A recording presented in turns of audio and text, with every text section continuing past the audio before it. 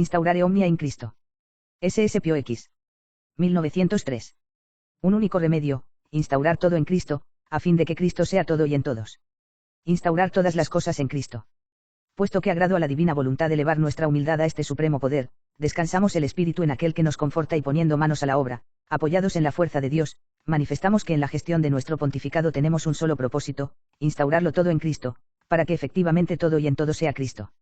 Habrá indudablemente quienes, porque miden a Dios con categorías humanas, intentaran escudriñar nuestras intenciones y achacarlas a intereses o afanes de parte.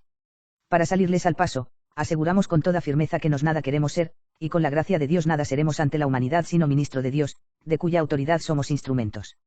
Los intereses de Dios son nuestros intereses, a ellos hemos decidido consagrar nuestras fuerzas y la vida misma. De ahí que si alguno nos pide una frase simbólica, que exprese nuestro propósito, siempre le daremos solo esta: instaurar todas las cosas en Cristo.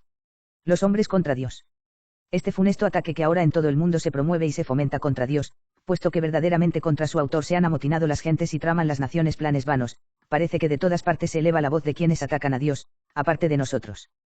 Por eso, en la mayoría se ha extinguido el temor al Dios eterno y no se tiene en cuenta la ley de su poder supremo en las costumbres, ni en público ni en privado, aún más, se lucha con denodado esfuerzo y con todo tipo de maquinaciones para arrancar de raíz incluso el mismo recuerdo y noción de Dios.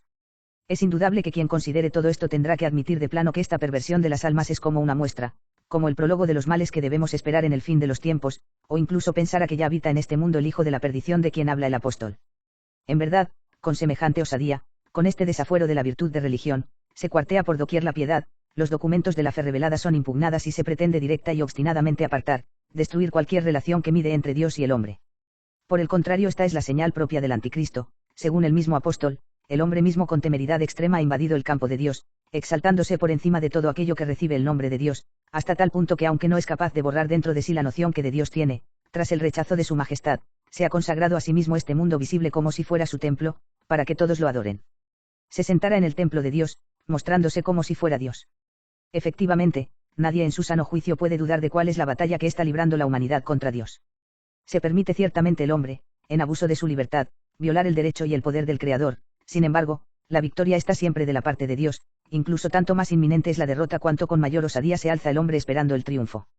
Todo esto, venerables hermanos, lo mantenemos y esperamos con fe cierta.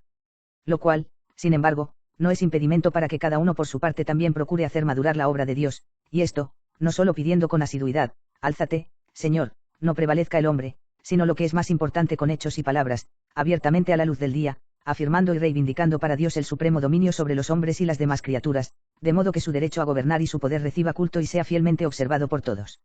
¿Dónde hallar la verdadera paz? El deseo de paz conmueve sin duda el corazón de todos y no hay nadie que no la reclame con vehemencia.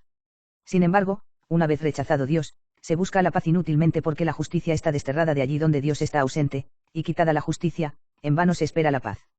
La paz es obra de la justicia.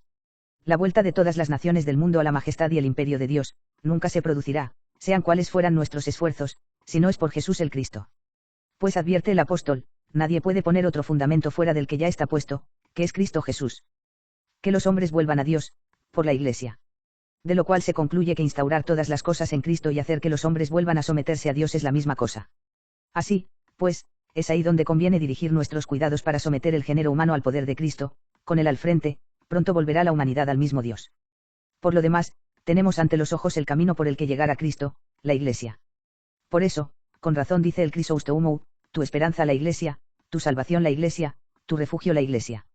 Pues para eso la ha fundado Cristo, y la ha conquistado al precio de su sangre, y a ella encomendó su doctrina y los preceptos de sus leyes, al tiempo que la enriquecía con los generosísimos dones de su divina gracia para la santidad y la salvación de los hombres. Nuestro deber. Ya cuál es el oficio que en definitiva se confía tanto a nos como a vosotros, que hagamos volver a la sociedad humana, alejada de la sabiduría de Cristo, a la doctrina de la Iglesia. Verdaderamente la Iglesia es de Cristo, y Cristo es Dios. Ahora bien, para que el éxito responda a los deseos, es preciso intentar por todos los medios y con todo esfuerzo arrancar de raíz ese crimen cruel y detestable, característico de esta época, el afán que el hombre tiene por colocarse en el lugar de Dios. Habrá que devolver su antigua dignidad a los preceptos y consejos evangélicos, habrá que proclamar con más firmeza las verdades transmitidas por la Iglesia, toda su doctrina sobre la santidad del matrimonio, la educación doctrinal de los niños, la propiedad de los bienes y su uso, los deberes para y con quienes administran el Estado, en fin, deberá restablecerse el equilibrio entre los distintos órdenes de la sociedad, y la ley y las costumbres cristianas. Medios para volverle mundo a Cristo. Y ya apenas es necesario hablar de los medios que nos pueden ayudar en semejante empresa, puesto que están tomados de la doctrina común. De vuestras preocupaciones, sea la primera razón de su oficio, están destinados a formar a Cristo en los demás. Pienso en los sacerdotes, venerables hermanos. ¿Qué cuidado debéis poner, en la formación del clero para que sean santos? Es necesario que todas las demás tareas que se os presentan, sean cuales fueren, cedan ante esta. Por eso, lo mejor de vuestro celo debe emplearse en la organización y el régimen de los seminarios sagrados, de modo que florezcan por la integridad de su doctrina y por la santidad de sus costumbres. ¿A quién se le culta, venerables hermanos, ahora que los hombres se rigen sobre todo por la razón y la libertad, que a la enseñanza de la religión es el camino más importante para replantar el reino de Dios en las almas de los hombres? ¿Cuántos son los que odian a Cristo, los que aborrecen a la Iglesia y al Evangelio por ignorancia más que por maldad? Y este hecho se da no solo entre el pueblo o la gente sin formación que, por eso, es arrastrada fácilmente al error, sino también en las clases más cultas, e incluso en quienes sobresalen en otros campos por su erudición. Precisamente de aquí procede la falta de fe de muchos. Por eso Cristo mandó a los apóstoles, id y enseñad a todas las gentes. Y ahora, para que el trabajo y los desvelos de la enseñanza produzcan los esperados frutos y en todo se forme Cristo, quede bien grabado en la memoria, venerables hermanos, que nada es más eficaz que la caridad. Es un error esperar atraer las almas a Dios con un celo amargo, es más, increpar con actitud los errores, reprender con vehemencia los vicios, a veces es más dañosos que útil. Ciertamente, el apóstol exhortaba a Timoteo, arguye, exige, increpa, pero añade, con toda paciencia. También en esto Cristo nos dio ejemplo, venid, así leemos que él dijo, venid a mí todos los que trabajáis y estáis cargados y yo os aliviaré. Entendía por los que trabajan y estaban cargados no a otros sino a quienes están dominados por el pecado y por el error. Cuánta mansedumbre en aquel divino maestro. Describió exactamente su corazón a Isaías con estas palabras, pondré mi espíritu sobre él, no gritara, no hablara fuerte, no rompera la caña cascada, ni apagara la mecha que aún humea. Que los católicos formen asociaciones, con diversos propósitos pero siempre para bien de la religión. Sin embargo, de semejantes asociaciones nos esperamos ante todo y sobre todo que vivan cristianamente.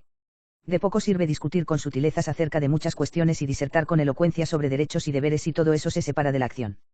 Pues acción piden los tiempos, pero una acción que se apoye en la observancia santa e íntegra de las leyes divinas y los preceptos de la Iglesia, en la profesión libre y abierta de la religión, en el ejercicio de toda clase de obras de caridad, sin apetencias de provecho propio o de ventajas terrenas.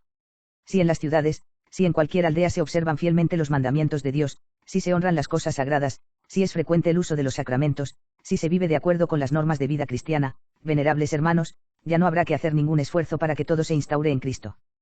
Que Dios, rico en misericordia, acelere benigno esta instauración de la humanidad en Cristo Jesús, porque esta es una tarea no del que quiere ni del que corre, sino de Dios que tiene misericordia.